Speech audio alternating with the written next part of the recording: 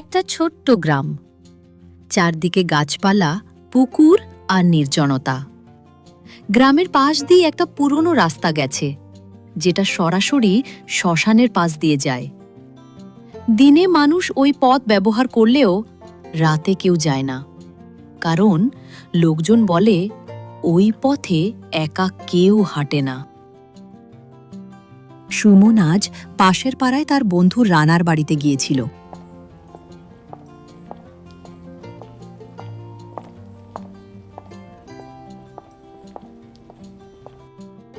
আরে এতদিন পর এলি, আজকে না খেয়ে যেতে পারবি না? না রে, একটু বসে চলে যাব, মা চিন্তা করবে। আরে বস, সন্ধ্যা হয়ে গেছে, এখন গেলে অন্ধকারে পড়বি।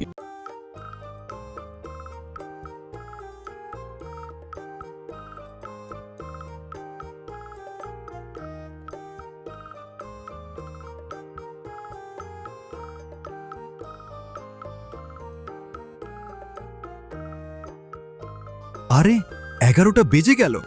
গল্প করতে করতে অনেক দেরি হয়ে গেল, এখন বড় রাস্তা দিয়ে যা। না রে, শর্টকাট শ্মশানের পথ দিয়ে গেলে 15 মিনিটে পৌঁছে যাব। ওই পথে এখন যাস না।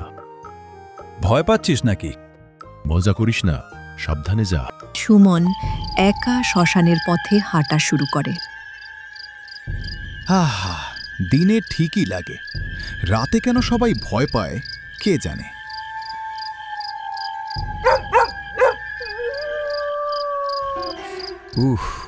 অদ্ভুত লাগছে। মনে হয় ভুল শুনলাম।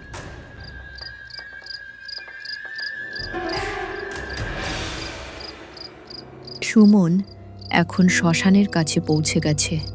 এটাই সেই জায়গা। দূরে সাদা কাপড় পরে একজন মহিলাকে দাঁড়িয়ে থাকতে দেখে সুমন তার কাছে যায়।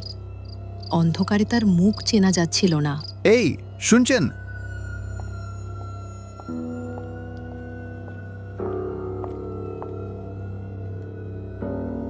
এত রাতে একা?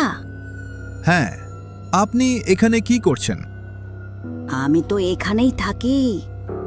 শ্মশানের পাশে? তুমি কি ভয় পাচ্ছ? না। কিন্তু তার গলার কাঁপুনি সব বলে দিচ্ছিল। সুমন ডাইনিকে চিনতে না পেরে সে তার সঙ্গে হাঁটতে শুরু করে। আপনার বাড়ি কোথায়?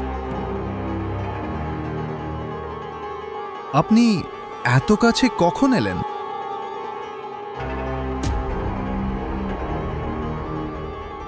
এই শ্মশানে বহু বছর আগে আমার দাহ হয়েছিল। তারপর থেকে আমি একা পথিকদের সাথে হাঁটি। না। এবার তুমি? সুমন প্রাণপণে দৌড়াতে শুরু করে। বাঁচাও, বাঁচাও! পালাতে পারবে না।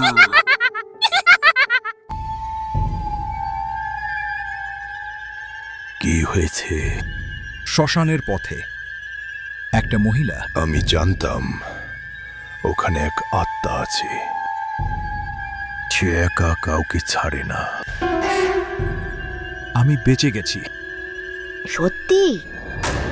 আমি তো এখনো তোমার সাথে আছি। পরদিন সকালে সুমনকে আর খুঁজে পাওয়া যায়নি। লোকজন বলে এখন শ্মশানের পথে একটা না, 2টা ছায়া হাঁটে।